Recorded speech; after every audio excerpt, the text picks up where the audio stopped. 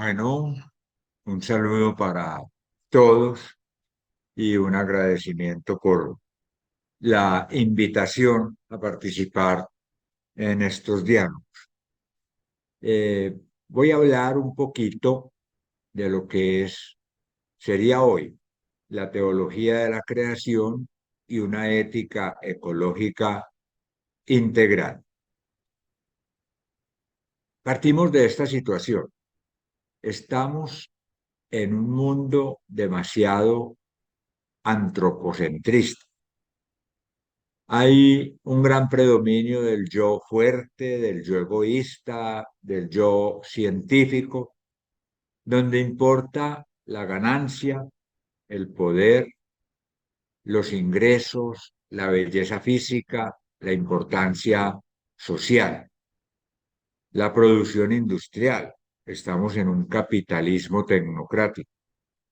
Esto hace que releguemos a los otros, ya sea por marginación, por empobrecimiento, por explotación o por guerras. Y eso también nos ha llevado a relegar a Dios en el mundo actual, ya sea por un laicismo agresivo, sea por el olvido de lo sagrado o por la indiferencia religiosa. Y hemos olvidado al mundo, la destrucción de la naturaleza, el olvido de que somos criaturas, el olvido de que somos creados. Pero tenemos que recuperar como esos elementos de trascendencia y de superación del yo. Y para eso, un teólogo francés, Adolphe Guéchet, nos da tres razones y nos dice, vean, primero, Dios es el Dios de la totalidad de la creación, no solo un Dios para el ser humano. Segundo, el hombre, remitido a sí mismo, confiando solo en sí mismo, se asfixia a sí mismo, pues hay cosas en el mundo que lo trascienden y que necesitan de su atención y de su aprendizaje. Y tercero, un hombre que se olvide del mundo en que está, de la creación en que está perdido, porque necesitamos de la totalidad de la creación. ¿Cómo hacer este reintegro de Dios en el mundo?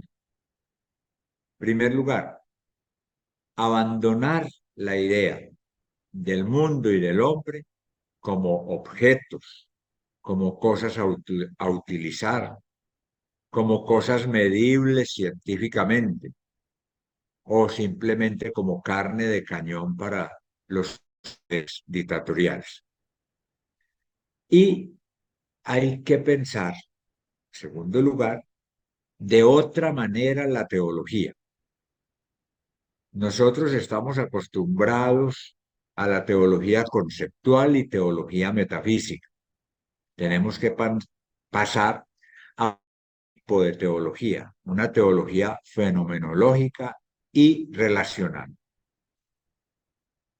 Y ante las críticas que se han levantado frente a esa teología conceptual, esencialista, metafísica, alejada de la realidad, se propone que haya un humanismo y una teología de tipo relacional, lo que implica pensar hoy en la filosofía y en la teología la categoría ontológica de la relación. Tenemos que mirar que hay que hacer hoy un estudio muy serio, no solo intelectual, sino también existencial de la categoría de relación, que es una categoría que invita a pensar en la colaboración entre metafísica, teología y ciencias sociales, no para hacer transferencias pues unívocas de la ciencia a la teología o de la teología a la ciencia, sino demostrar que lo que se nos revela en la totalidad de la creación, como lo decía Fernando en la conferencia inaugural, lo que se nos revela en la totalidad de la creación tiene valor metafísico, social y teológico, con una aplicación universal. No es simplemente como la proyección de las estructuras nuestras en Dios, sino al contrario de ver cómo Dios se revela en la totalidad de la creación. Y la categoría fundamental para entender hoy todo esto es la categoría de donación. La donación se convierte así en la nueva concepción del ser, no el ser como ese, en latín de los medievales, el sumum esse, no en ese sentido, sino el ser como algo que se da, como donación, como relación, como llamado originario, como respuesta existencial del hombre al llamado de, de ese Dios que se dona. Y así se puede pensar, y yo creo que esto es importante para nosotros en las diferentes ramas del cristianismo, pensar una ontología trinitaria cristiana que sea plenamente humana. O sea, dijéramos un nuevo tipo de metafísica. Un filósofo que ya mencionó Fernando, Jean-Luc Marion, nos aporta mucho, pero no solo él, sino que hay una serie ya de pensadores en el mundo actual, especialmente en el ámbito europeo y también en el ámbito latinoamericano, en Argentina y en México, que están pensando en ese sentido. Dios es el don que se da gratuitamente. Dios es la donación del amor. En la Sagrada Escritura, de la cual se puede hacer una lectura relacional de, de los primeros capítulos del libro del Génesis, se expresa muy bien esa relación entre Dios, naturaleza, vida y conciencia. Y si miramos todo el Antiguo Testamento, nos damos cuenta de que está montado como sobre el símil o sobre la categoría del amor. Miremos que el Antiguo Testamento presenta a Dios como el amante, a Israel como el amado, y como se ve en el Cantar de los Cantares, el amante y la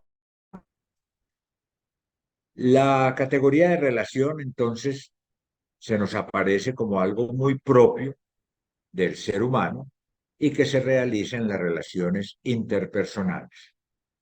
Y todo esto llegará a la plena expresión en la Trinidad. ¿Por qué? Porque la Trinidad es pura relación. Tres personas en la única sustancia divina, pero en plena relación de amor.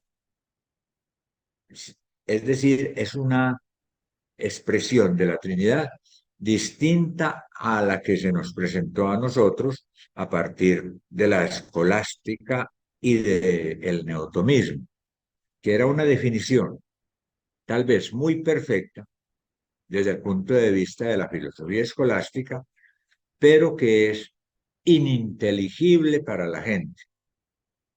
Pongámonos a pensar cuántas veces hablamos de la Trinidad en términos de sustancia, de esencia, de propiedades. Y yo me pregunto, ¿qué entenderá la gente cuando nosotros le decimos que Dios es uno en la sustancia, uno en la esencia y diverso en la propiedad? Yo creo que la gente queda como viendo estrellas. Si presentamos en cambio la Trinidad como relación pura, como pura relación de amor que se comunica autodonándose, ya miraríamos la cuestión de otra manera. Recordemos, por ejemplo, la definición de San Agustín de la Trinidad que deberíamos recuperar. Dios, el Padre, Dios Padre es el amante, Dios Hijo es el amado y el Espíritu Santo es el amor que une al Padre y al Hijo en una única relación. Sería una definición, por decirlo así, mucho más adecuada de lo que es la Trinidad. Entonces, tenemos que mirar que esa concepción distinta de la Trinidad nos permite entender también de forma un poquito diferente la revelación. La revelación no es una cosa como que Dios estaba por allá arriba y el hombre por aquí abajo y Dios le habló. No, Dios está revelado y está revelándose en la creación total.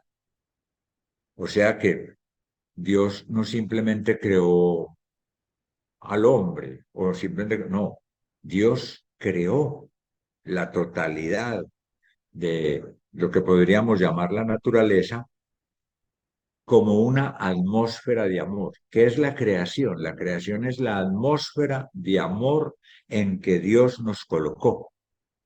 Y esa atmósfera de amor está constituida por la cuaternidad, que es el hombre, la sociedad, la naturaleza y el mismo Dios.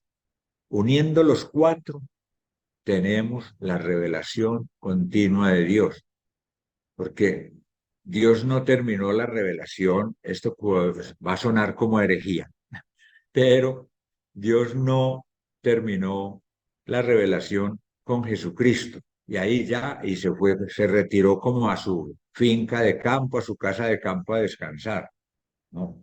Dios se está revelando, Dios se está dando continuamente. Y nosotros, las iglesias, por ejemplo, cristianas, tenemos esa función, manifestar que la revelación de Dios se está dando y responder a esa revelación de Dios con la totalidad de una armonía. Nos hemos pasado muchos siglos peleando, discutiendo, enfrentándonos inclusive con cosas graves, pero no, nosotros los cristianos estamos para ser testigos de la donación del amor de Dios y tener en cuenta esa categoría de relación, que no es algo que se nos añade artificialmente después de que nacemos, sino que nosotros somos relación desde el mismo momento en que somos engendrados. Cada uno de nosotros es hijo de un papá y una mamá, o sea que hubo una relación al principio que dio origen a nuestra vida. Y eso, y esa realidad de es comunicada en la creación del mundo, en la creación del hombre, pues la revelación de la relación se manifiesta en la creación. La esencia de la realidad cristiana consiste en recibir y vivir la existencia como referencia a otro y a otros, y entrar en la unidad, que es el fundamento motor de lo real. Dios entonces se revela en su creación total, mundo, hombre, sociedad, y en la nueva creación, que es la encarnación. La encarnación refleja todo el aspecto positivo del hombre y la resurrección de Jesucristo nos revela la transformación final a la que estamos llamados como totalidad. Esta respuesta es la respuesta ética que se da de parte del hombre al llamamiento que nos hace Dios. Debemos entonces renunciar a una creación como relato histórico primitivista. Hemos entendido la creación como que Dios un día se puso a hacer el mundo, después le dio la curiosidad de hacer una bolita de barro y con la bolita de barro hizo un hombre y sopló y ya, y listo. Yo creo que la creación es un proceso desde la eternidad por el amor de Dios que quiere salir de sí y manifestar ese amor.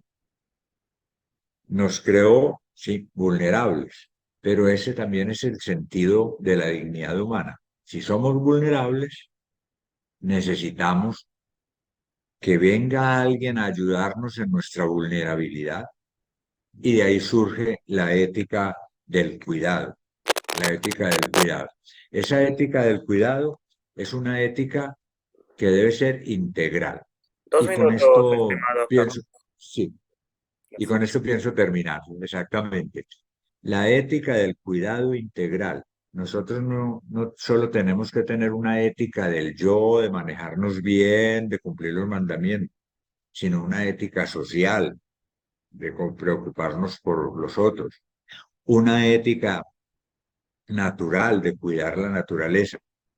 Y también tenemos la necesidad, de alguna manera, también esto puede sonar un poquito herético, de cuidar a Dios.